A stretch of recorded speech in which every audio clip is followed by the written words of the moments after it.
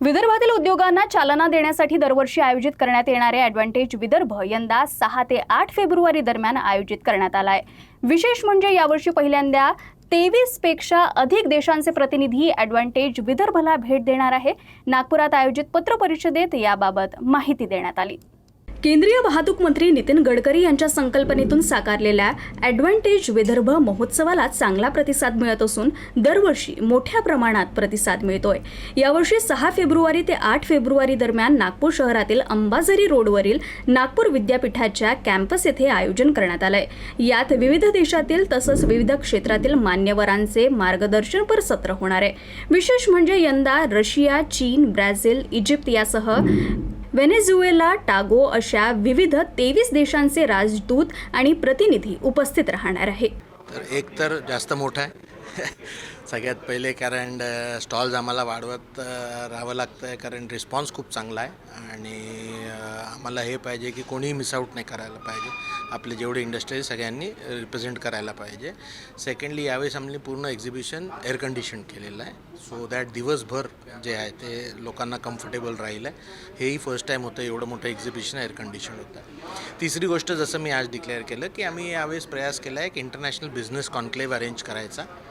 आम्ही एका एजन्सीबरोबर टायअप केला आहे GIBF म्हणून, आणि 25 देशाचे सिनियर लेवलचे रिप्रेझेंटेटिव्स या ॲडव्हान्टेज विदर्भामध्ये येऊन राहिले। पहिल्यांदाच असेल आहे की एवढ्या देशाचे लोक विदर्भासारख्या जागी, तर नॉर्मली मुंबईमध्ये किंवा स्टेट कॅपिटलमध्ये होतं, पण नागपूरमध्ये येऊन राहिले, हे एक मोठी गोष्ट आहे।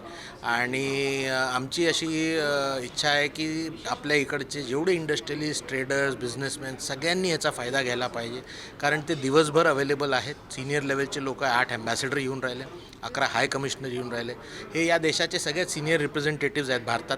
तर डेफिनेटली चर्चा जी होईल ती फार सिनियर लेवलची होईल आहे, आणि जे काही त्यांचे इश्यूज असतील किंवा त्यांना इन्फॉर्मेशन पाहिजे किंवा पुढे कनेक्ट करून पाहिजे तिकडच्या इंडस्ट्रीज करता, तर ते चांगल्या लेवलवर होईल।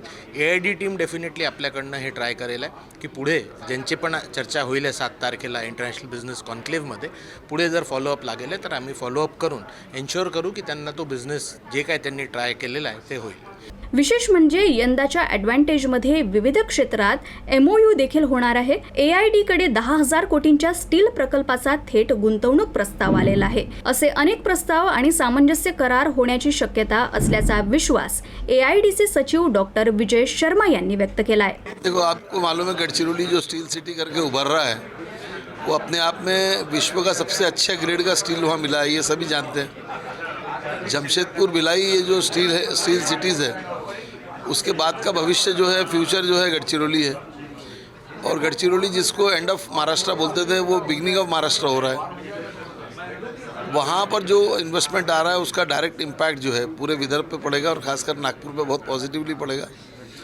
पूरे विदर्भ का विकास होगा, क्योंकि केवल बड़ी इंडस्ट्री जब आती है, स्टील सिटी जब बनती है, तो एंसिलरी 50 यूनिट आते हैं। इसके अलावा मैन पावर की ज़रूरत पड़ती है, स्किल मैन पावर की ज़रूरत पड़ती है। आपको बता दें कि पिछली बार हमने डिक्लेयर किया था विदर्भ ग्लोबल फाउंडेशन बना करके एक स्किल यूनिवर्सिटी बनाएंगे, उसकी शुरुआत हो चुकी है।